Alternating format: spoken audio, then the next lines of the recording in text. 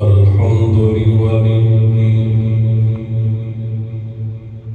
والصلاة والسلام على نبيه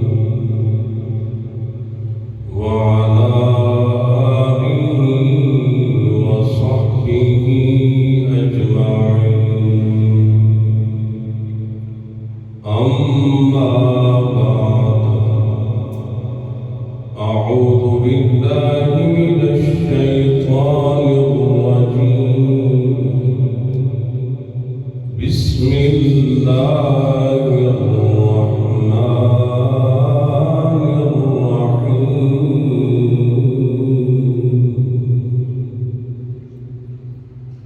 إن الدين عند الله الإسلام.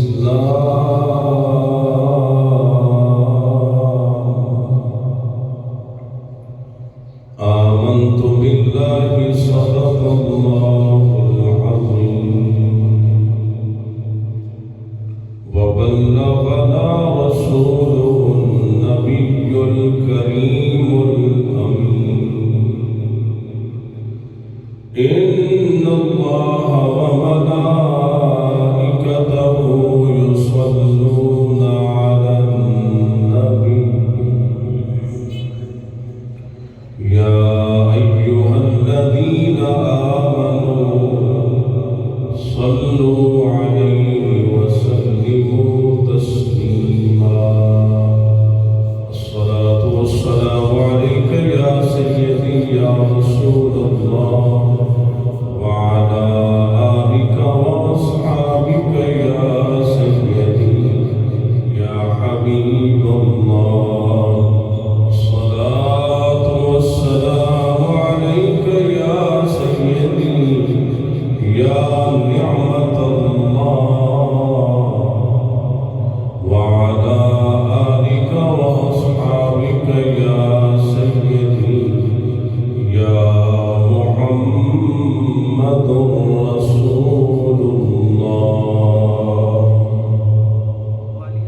فاق النبيين في خلق وفي خلق ولم يدانوه في علم ولا كرم.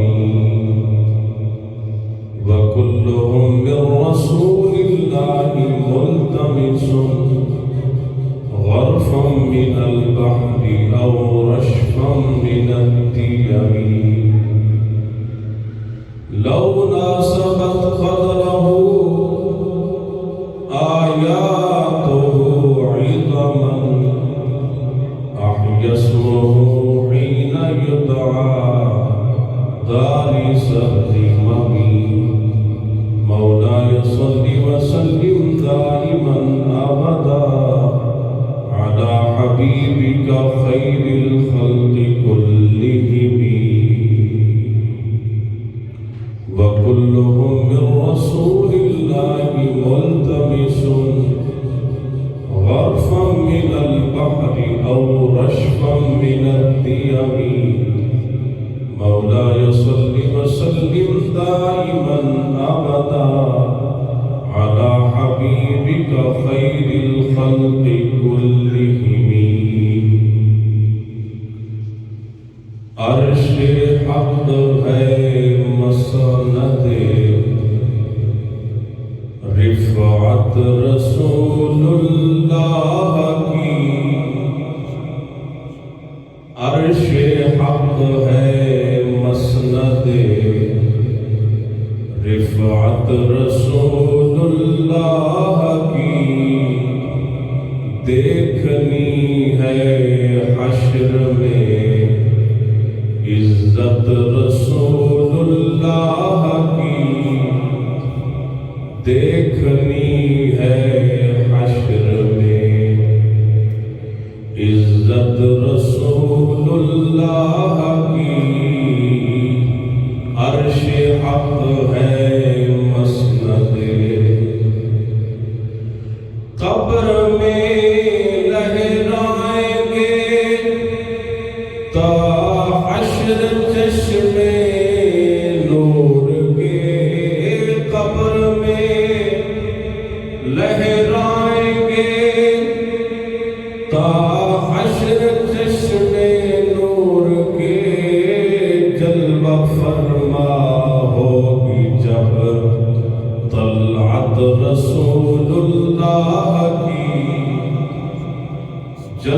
فرما ہوگی جب طلعت رسول اللہ کی، عرش حق ہے مسند رفعت رسول اللہ کی، کافروں پر تیغ بالا سے گری بر کے غضب، کافروں پر تیغ بالا سے گری بر کے غضب، ابر آسا چھا گئی ہیبت رسول اللہ کی، ابر آسا چھا گئی ہیبت رسول اللہ کی، لا ورب العرش جس کو جو ملا ان سے ملا، لا ورب العرش جس کو جو ملا ان سے ملا، بٹتی ہے کونین میں نعمت رسول اللہ کی، سورج الٹے پاؤں پلٹے چاند اشارے سے ہو چاک، سورج الٹے پاؤں پلٹے چاند اشارے سے ہو چاک، اندھے نجدی دیکھ لے قدرت رسول اللہ کی، اندھے نجدی دیکھ لے قدرت رسول اللہ کی،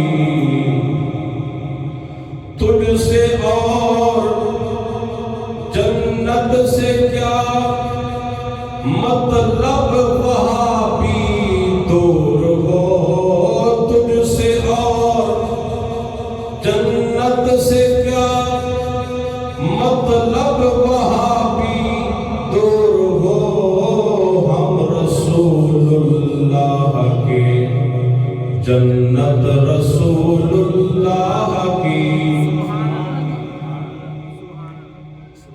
ہم رسول اللہ کے جنت رسول اللہ کی، عرش حق ہے مسند رفعت رسول اللہ کی،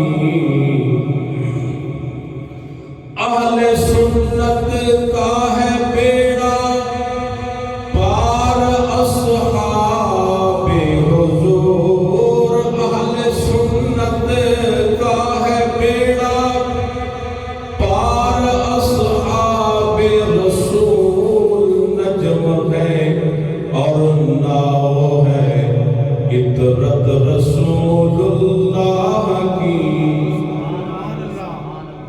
سرکار فرماتے ہیں اصحابی کا نجوم، میرے صحابہ ستاروں کی بات، اور حضور نے فرمایا ان مثلی ومثل اہل بیتی کا سفینۃ نوح، میری اور میری اہل بیت میری عطرت کی مثال ایسے ہے کہ جیسے حضرت نوح پیغمبر کی کشتی، فمن راکبہا نجا ومن تخلف عنہا ہلک، جو میری اور میرے اہل بیت کی محبت کی کشتی میں سوار ہو گیا وہ نجات پا جائے گا، اور جو اس سے گریز کرے گا پیچھے رہ گیا محبت نہ کی، فرمایا فقط ہلاک، وہ ہلاک ہو گیا، وہ غرق ہو گیا۔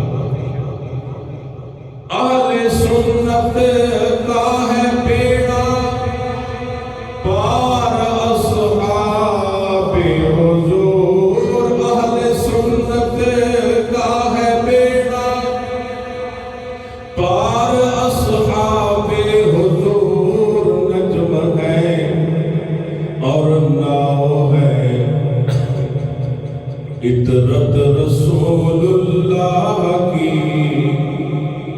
نجم ہے اور ناؤ ہے اطرت رسول اللہ کی، عرش حق ہے مسند رفعت رسول اللہ کی، دیکھنی ہے حشر میں عزت رسول اللہ کی۔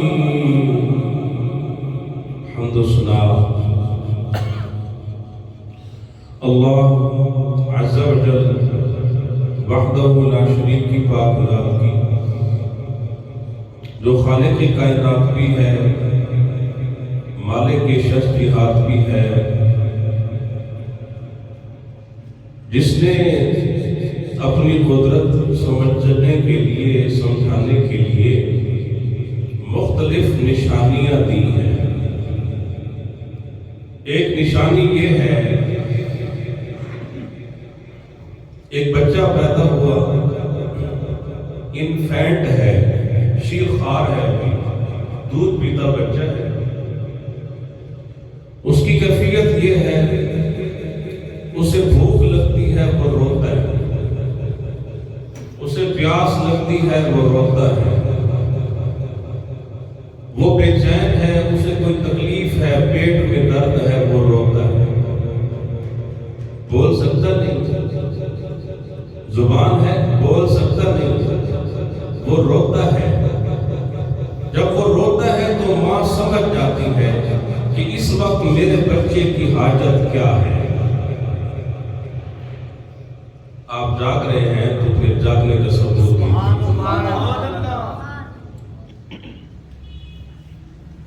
ماں سمجھ جاتی ہے، میرے بیٹے کے کان میں درد ہے، اس کے پیٹ میں درد ہے، اسے گرمی ہے، اسے سردی ہے، اسے بھوک ہے، اسے پیاس ہے۔ صرف اس کے بلکنے سے، اس کے رونے سے ماں سمجھ جاتی ہے کہ میرے بچے کی اس وقت ضرورت کیا ہے۔ اور جو ہمارے خالق بھی ہے، ہمارا مالک بھی ہے، ہماری ضروریات پیدا ہونے سے پہلے ہماری ضرورتوں کو جاننے والا ہے۔ جب ہمیں ضرورت پڑتی ہے اور ہم بول بھی سکتے ہیں، سمجھ بھی سکتے ہیں، سننے کے قابل بھی ہیں، علم بھی رکھتے ہیں، تو پھر اپنی ضروریات روک کر اپنے رب کی بارگاہ میں کیوں نہیں پیش کرتے؟ جو ہماری ضروریات ہم سے پہلے جانتا ہے، جو بولنے سے پہلے سن لیتا ہے، علیم بذات الصدور ہے، جو نیتوں کے بھید جانتا ہے، جو ازل سے ابد تک جو ہونا ہے اس کے علم میں تو ہے ہی۔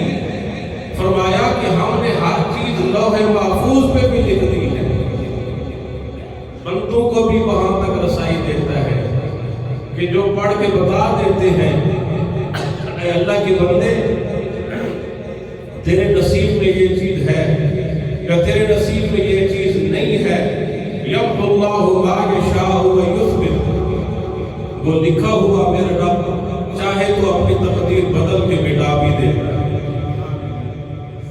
اور اپنے بندوں کی ریکویسٹ پہ جو نہیں لکھا ہوا وہ لکھ بھی دیتا ہے،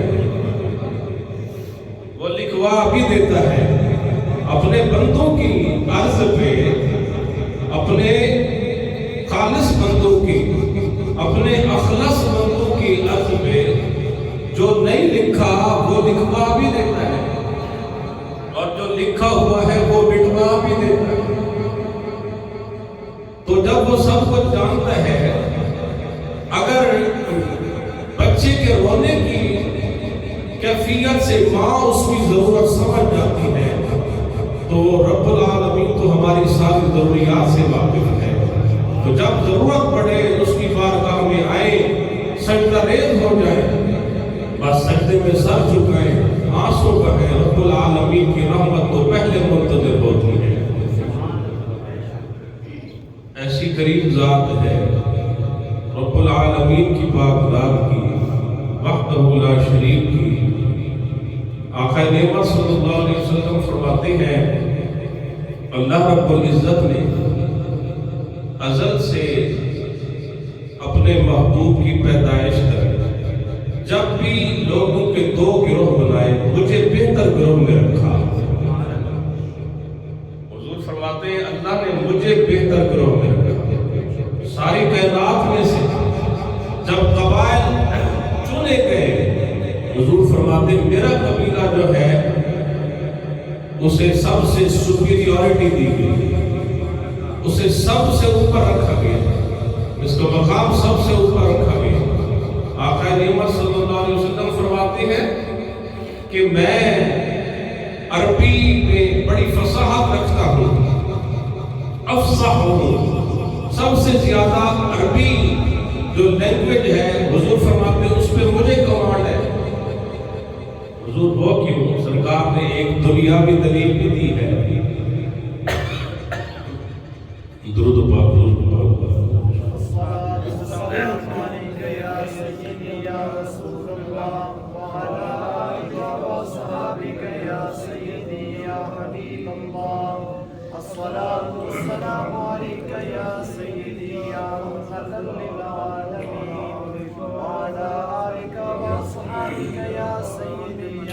آقا نعمت صلی اللہ علیہ وسلم نے فرمایا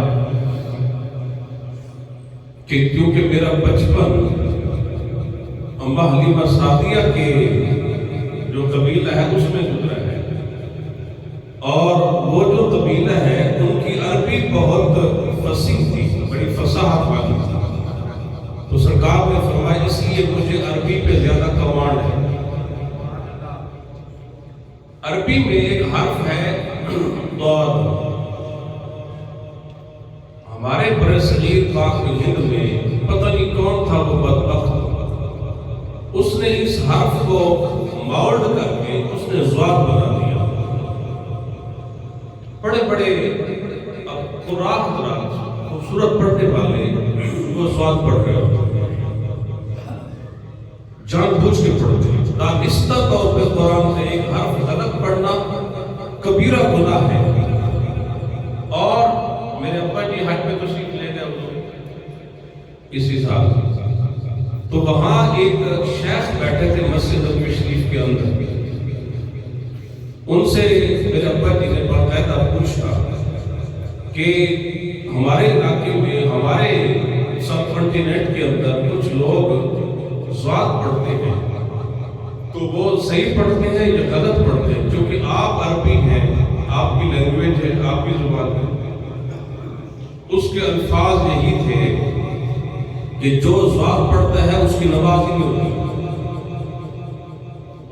تو جس کی اپنی نہیں ہوتی اس کے پیچھے کسی اور کی کیسے ہو سکتی ہے؟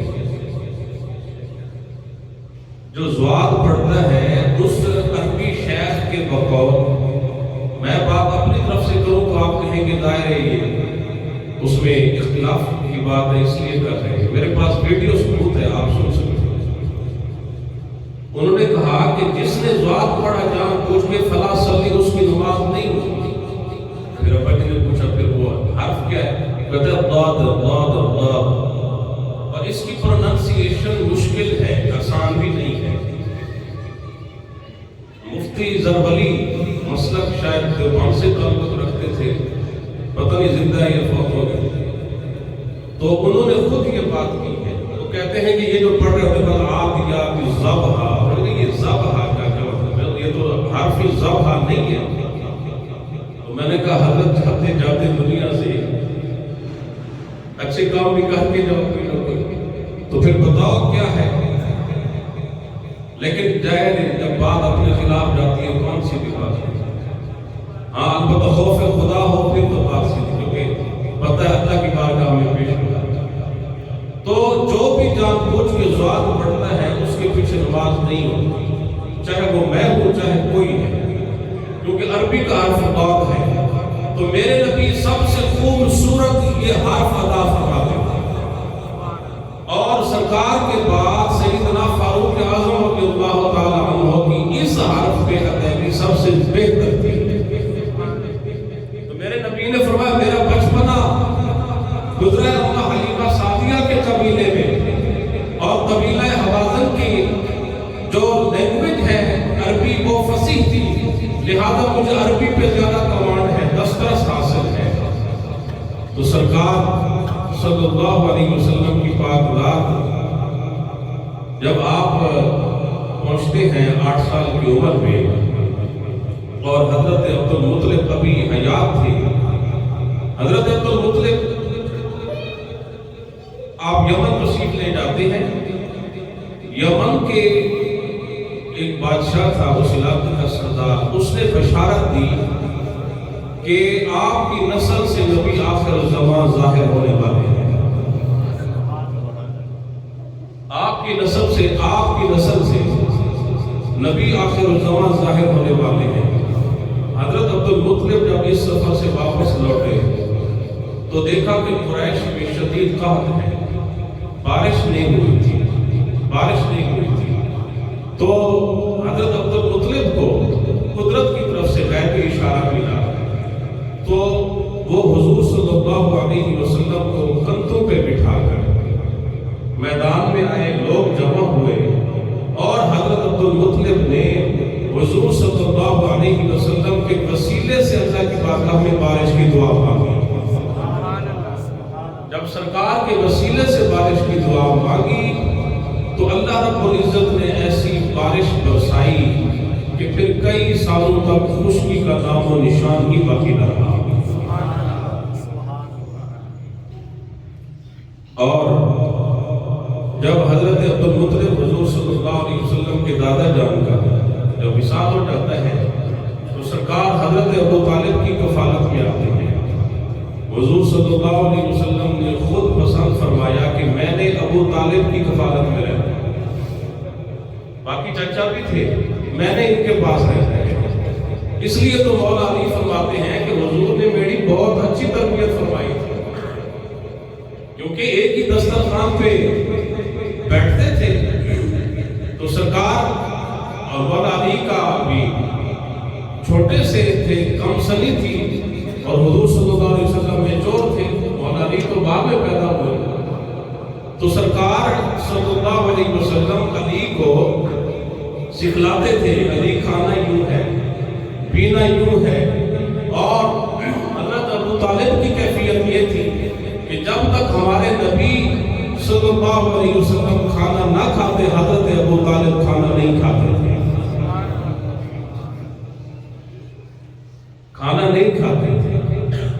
سرکار کو نبی سمجھ کے نہیں، ابھی تو حضور نے اعلان نبوت بھی نہیں فرمایا، بتیجا سمجھ کے، لیکن حضور صلی اللہ علیہ وسلم کے اندر اللہ نے جو اٹریکشن رکھی تھی، جو کشش رکھی تھی، جو محبوبانہ خصوصیات رکھی تھی، وہ اس بات کا تقاضا کرتی تھی کہ جس دسترخوان پہ اللہ کا محبوب کھاتا ہے تو اس دسترخوان پہ محبوب رب کی غیر موجودگی میں کوئی کیسے کھا سکتا ہے؟ جب حضور نہ بیٹھے ہو تو کسی کو کیسے کھانا آ سکتا ہے؟ اور بہت اچھی دیکھ بھال کی حضرت ابو طالب نے حضور صلی اللہ علیہ وسلم کی پاک کی خدمت کی، گھر میں ہوتے، باہر جاتے، حضور صلی اللہ علیہ وسلم کو اپنے ساتھ لے جایا کرتے، اور سرکار کی شان میں حضرت ابو طالب نے ایک قصیدہ لکھا ہے، نعت لکھی ہے، اس کے 80 اشعار ہیں، 80 اشعار لکھے، اور ان میں ایک شعر یہ ہے، وَشَقَّ لَهُ مِنْ اسْمِهِ لِيُجِلَّهُ فَذُو الْعَرْشِ مَحْمُودٌ وَهَذَا مُحَمَّدٌ، کہ جو تعریف کرنے والا ہے وہ عرش والا ہے، جس کی تعریف کی جا رہی ہے وہ یہ محمد بن عبداللہ ہے صلی اللہ علیہ وسلم۔ تو حضرت حسان بن ثابت نے پھر اس کی تضمین میں اس کے اندر اضافہ بھی فرمایا۔ تو سرکار کے غلاموں، حضرت ابو طالب کے دور میں بھی ایک دفعہ قحط سالی ہوئی، آقا نامدار صلی اللہ علیہ وسلم کی بارگاہ میں حضرت ابو طالب نے عرض کی کہ حضور آپ ہمارے ساتھ چلیں۔ آقا نعمت صلی اللہ علیہ وسلم حضرت ابو طالب کے ساتھ چلتے ہیں، جب پہنچتے ہیں حرم میں، سرکار بیت اللہ کی ساتھ اپنی پشت لگا کے بیٹھ جاتے ہیں، پشت لگا کے بیٹھ گئے، نگاہ آسمان کی طرف اٹھائی۔ اب سارے اہل علاقہ جمع ہے، قریش جمع ہے، اہل مکہ جمع ہے، حضور صلی اللہ علیہ وسلم نے صرف نگاہ آسمان کی طرف اٹھائی، بیت اللہ کو پشت لگا کے بس میرے نبی نے آسمان کی طرف نگاہ کو اٹھائی، کوئی بادل نہیں تھے، کوئی آثار بھی نہیں تھے بارش کے، میرے نبی نے آسمان کی طرف سوالیہ اور دعائیہ انداز میں، عرض کے انداز میں ایسے نگاہ جو اٹھائی، بادل بھی بن گئے، بارش بھی برس پڑی، بغیر کسی فاصلے، بغیر کسی وقفے۔ یہ میں آپ کے نبی کی عظمت بیان کر رہا ہوں۔ کلیجہ ٹھنڈا ہو رہا ہے تو اٹھی بولو سبحان اللہ۔ کلیجہ ٹھنڈا ہوتا ہے اپنے نبی کی عظمت سن کے۔ ہم نے جو دنیا کو بتانا ہے کہ ہم اس نبی کے ماننے والے ہیں جس کی بادشاہت اب قیامت تک رہنی ہے، جو خاتم النبیین ہے، جن کا فیضان قیامت کے بعد تک رہے گا۔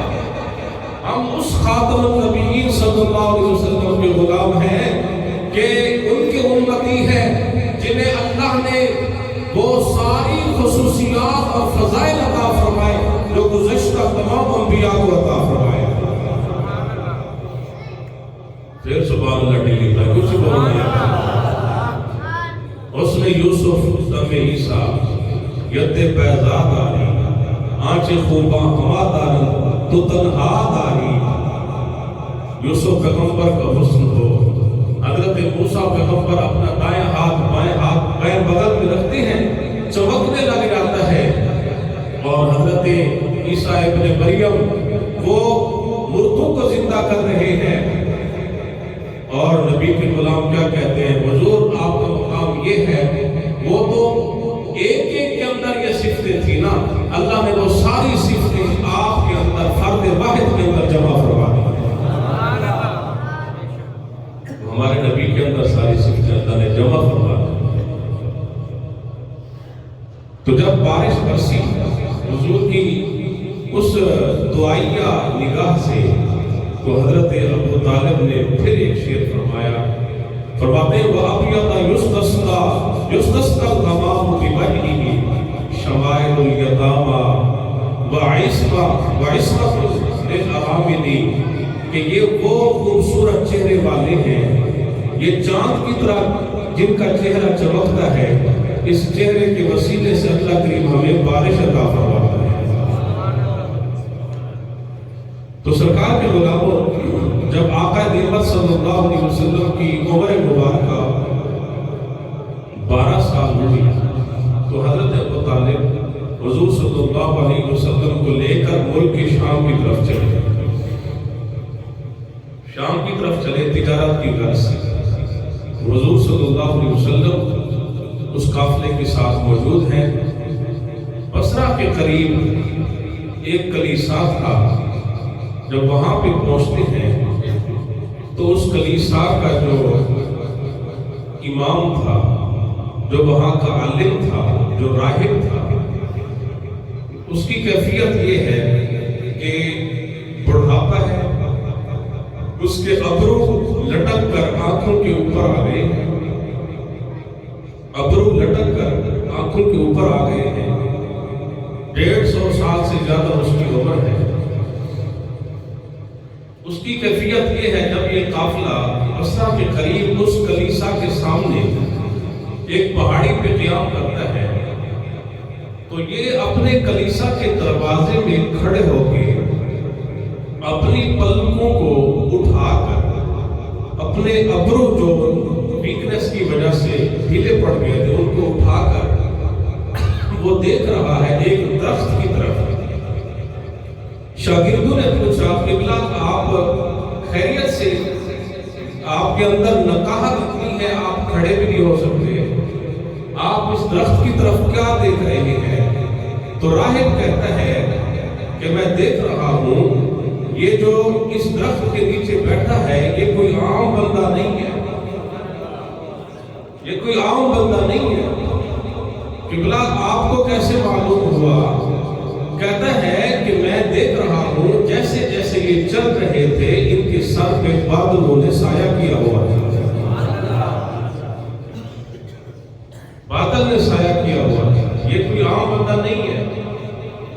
بڑے مقام والا ہے، فوراً کرتا ہے، انجیل کھولتا ہے، اس میں پڑھتا ہے، گھبراتا ہے جو اس نے پڑھا تھا کہ نبی آخر الزمان جب آئیں گے تو ان کے سر پہ دھوپ میں بادل سایہ کیا گیا، دھوپ میں ان کے سر پہ بادل سایہ کیا کریں گے۔ تو جب اس راہب نے، جس کا نام بحیرہ تھا اور اس کا جو اصل نام تھا، اس کا اصل نام کچھ اور تھا، تو اس نے کیا کہا، اپنے شاگردوں سے کہتا ہے کہ ایسا کرو، یہ جو قافلہ ہے اس کی دعوت کا انتظام کیا جائے، قافلے کی دعوت کا انتظام کیا جائے۔ تو قافلے کی دعوت کا انتظام کیا گیا۔ آقا نعمت صلی اللہ علیہ وسلم کی پاک ذات جب چل کے آ رہے تھے، وہ دروازے میں کھڑے ہو کے دیکھ رہا تھا کہ یہ واقعی وہی ہستی ہے کہ جن کے سر پہ بادلوں نے سایہ کیا ہوا ہے۔ آقا نعمت صلی اللہ علیہ وسلم تشریف لاتے ہیں، اب سرکار کی عمر پاک کا 12 سال تھا۔ اس نے حضرت ابو طالب کو بتایا کہ یہ جو آپ کے ساتھ بچہ ہے، ان سے سوال کیے کہ یہ آپ کے کیا لگتا ہے؟ انہوں نے فرمایا کہ یہ میرا بیٹا ہے۔ تو وہ پادری راہب کہتا ہے کہ یہ آپ کا بیٹا نہیں ہے۔ کہتے میرا بیٹا ہے۔ انہوں نے کہا نہیں، آپ صحیح بتائیں، آپ کا اس کے ساتھ حقیقی رشتہ کیا ہے؟ تو حضرت ابو طالب نے بتایا کہ یہ میرے بھتیجا ہے۔ انہوں نے کہا جی بالکل یہ آپ کے بھتیجا ہے، کیونکہ ان کے ابا جان تو ان کے پیدائش سے پہلے وصال فرما گئے۔ ابو طالب نے پوچھا کہ آپ کو کیسے خبر ہے؟ کہتا ہے میں نے انجیل کے اندر پڑھا ہوا ہے، میں پڑھ چکا ہوں کہ جب وہ نبی آخر الزمان، وہ ساری نشانیاں اس کے اندر موجود ہیں، جب ان کی پیدائش ہوگی 6 ماہ پہلے ان کے والد وصال فرما جائے۔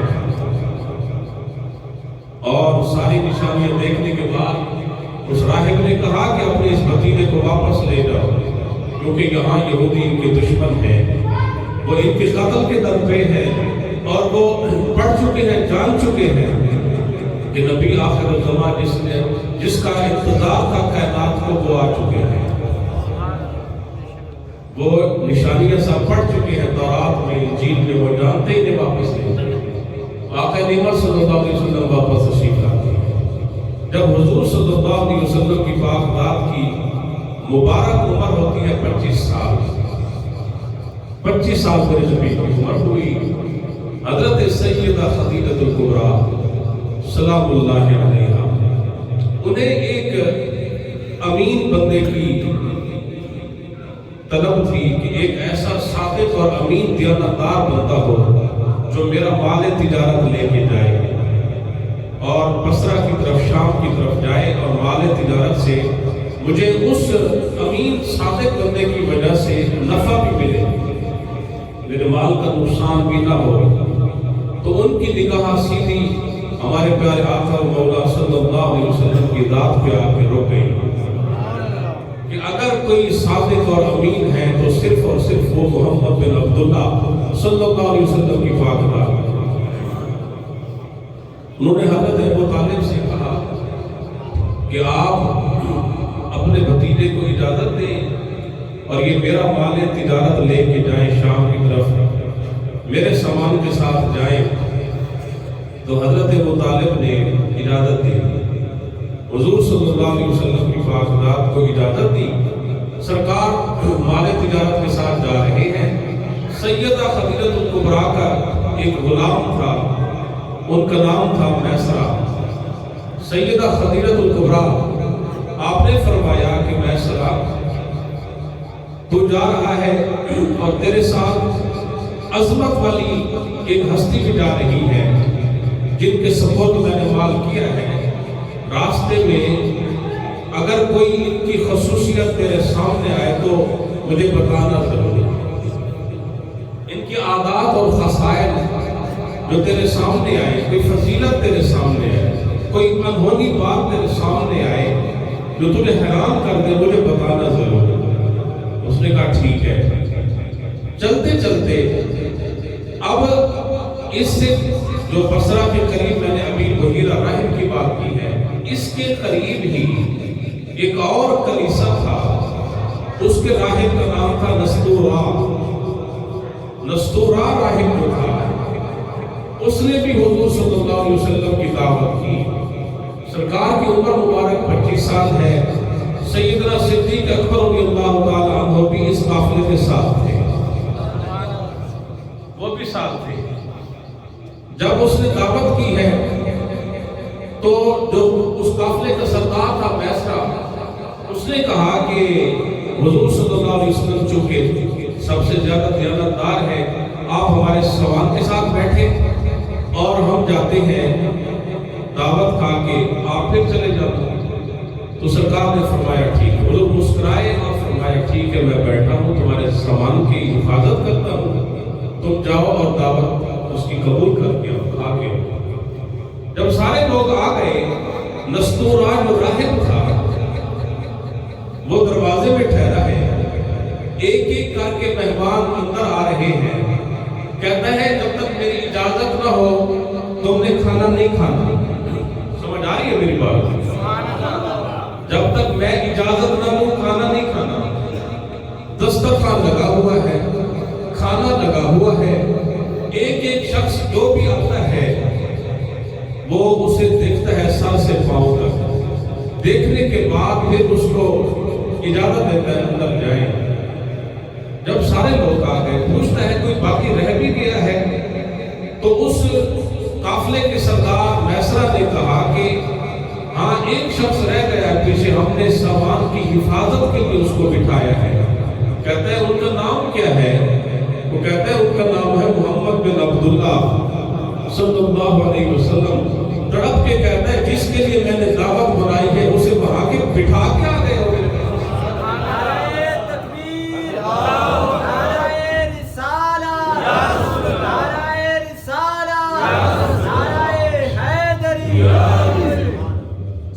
جس کے لیے میں نے دعوت بنائی ہے اسے وہاں بٹھا کے آ گئے ہو۔ اپنے ایک شاگرد کو بھیجا، جاؤ جا کے سامان کی حفاظت کرو، خیال کرو۔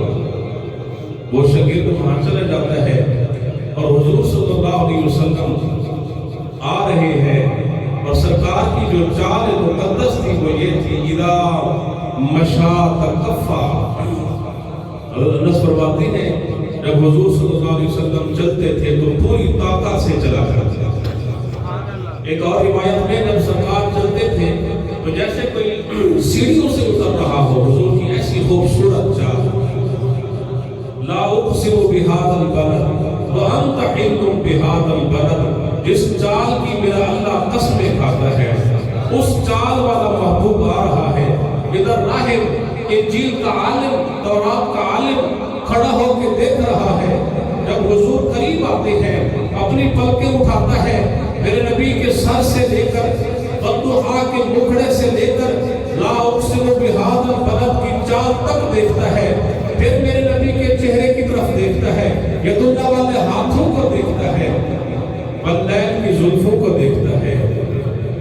مسلسل زیارت کیے جا رہا ہے، مسلسل دیکھے جا رہا ہے، اور حضور کی پاک ذات ہے کہ سرکار سامنے ٹھہرے ہیں اور مسکرائے جا رہے ہیں۔ گویا کہ حضور فرما رہے تھے اے نستورا، اللہ نے تجھے موقع دیا اپنے محبوب کی زیارت کا، آج جی بھر کے زیارت کر لے۔ میں ٹھہرا ہوں، آج جی بھر کے زیارت کر لے۔ جی بھر کے اس نے زیارت کی۔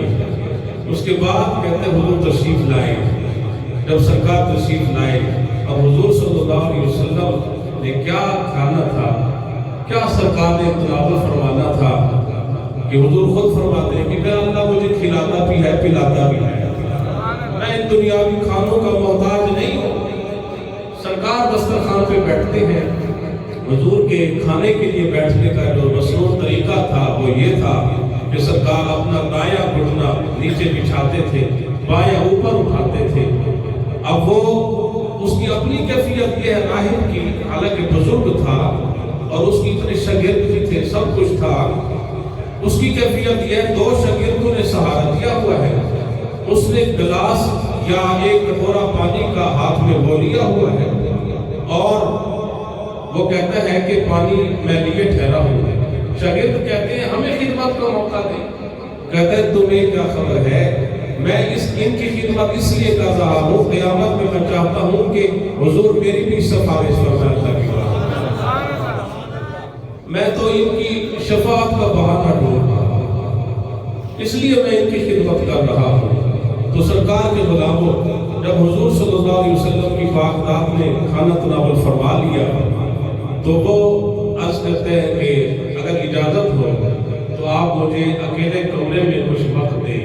حضور صلی اللہ علیہ وسلم ساتھ چلے گئے اور حضور صلی اللہ علیہ وسلم کی پاک ذات نے تشریف رکھی، وہ انجیل کھول کے بیٹھا ہے، کبھی حضور کے چہرے کی طرف دیکھتا ہے، کبھی انجیل پڑھتا ہے، حضور کے ہاتھ مبارک لیتا ہے، حضور کے ہاتھوں کی طرف دیکھتا ہے، انجیل پڑھتا ہے۔ سرکار صلی اللہ علیہ وسلم سے عرض کرتا ہے حضور اگر اجازت ہو تو میں آپ کا جو جبہ مبارک ہے اس کی میں یہ جو تنیاں ہیں ان کو کھول کے ذرا دیکھ لوں۔ سرکار نے فرمایا کھول لیں۔ جب کھولا تو مہر نبوت پہ نگاہ پڑتی ہے، اس تورات اور انجیل کے عالم کی اور سرکار کی مہر نبوت کو چوم کر حضور کے قدموں سے نپٹ جاتا ہے، کہتا ہے اے اللہ کے محبوب، جس وقت آپ اعلان نبوت فرمائے پتہ نہیں میں زندہ ہوں نہ ہوں، لیکن کرم بخشی فرمائے مجھے آج ہی اپنے غلاموں میں شامل فرما لیں اور مجھے اس بات کی شورٹی دیں، گارنٹی دیں کہ قیامت کے روز آپ مجھے اپنے غلاموں میں شامل فرمائیں گے، اللہ کی بارگاہ میں میری شفاعت بھی کریں گے۔ جب حضور صلی اللہ علیہ وسلم کی پاک ذات بصرے کی مٹی میں، آخری بات کر رہا ہوں، بات ختم کرتا ہوں، انشاءاللہ 50 منٹ سے اوپر نہیں ہوگی انشاءاللہ تعالی، وقت پہ جمعہ پڑھیں گے، ہو گئے 1 منٹ اوپر ہو گیا ہے۔ بہرحال اس منڈی میں اب سرکار نے مال بیچا، آپ بھی بیچتے ہیں، تاجر بیٹھے ہوں گے، آپ بھی چھوٹے یا بڑے تاجر آپ بھی بیچتے ہیں، اپنے نبی کا طریقہ دیکھیں سرکار نے مال کیسے بیچا۔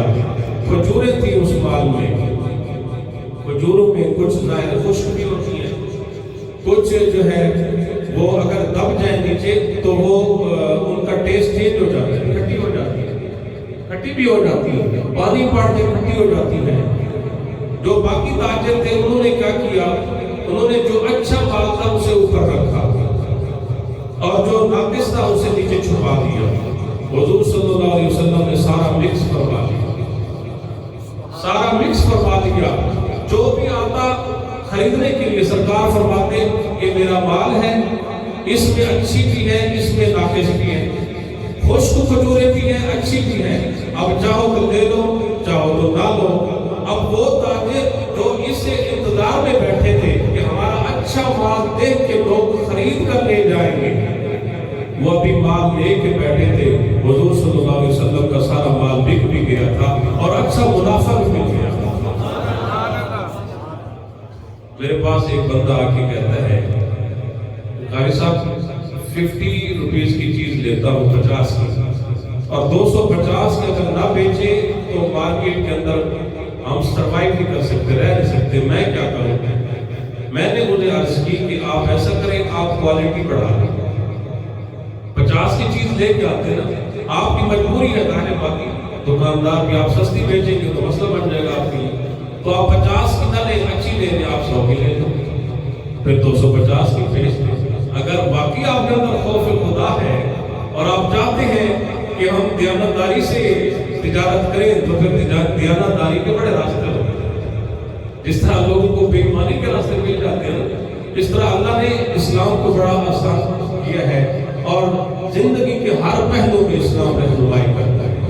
دعا ہے اللہ کریم ہمیں سیرت رسول صلی اللہ علیہ وسلم پہ چل کر زندگی گزارنے کی توفیق عطا فرمائے، آمین۔ وما علیہ الا البلاغ۔